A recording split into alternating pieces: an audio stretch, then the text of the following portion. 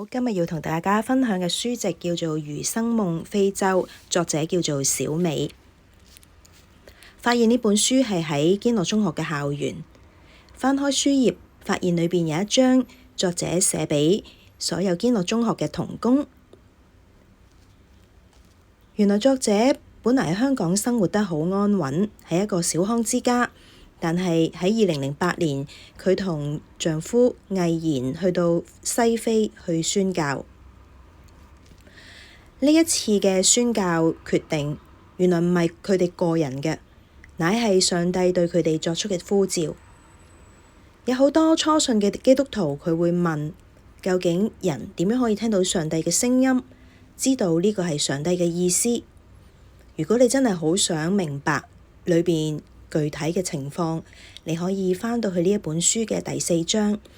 作者清清楚楚話畀我哋聽，佢點樣去肯定呢個係上帝嘅聲音，而唔係佢自己個人嘅決定，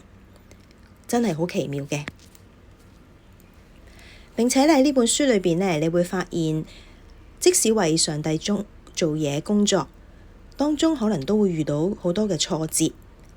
人有陣時會懷疑，但係忍耐到最後，好多嘅宣教士都會發出同一個讚嘆。原來呢啲一連串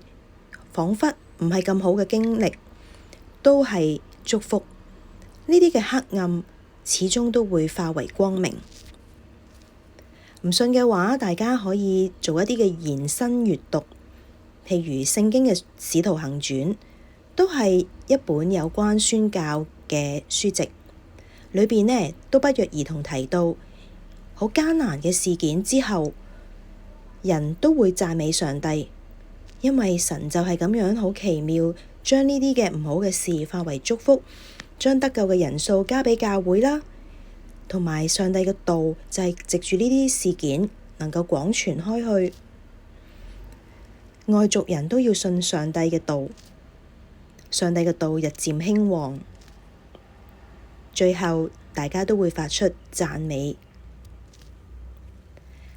另一本延伸都想介紹畀大家嘅，就係司務道教士嘅信心行傳。可能好多同學中三都會睇呢本書，不過如果你未睇嘅，都可以快啲睇下。呢一本係一本好有趣嘅宣教嘅書籍，當中亦都會帶你體會到喺非洲生活嘅得意嘢。今日我介紹嘅書籍到呢度，多謝大家。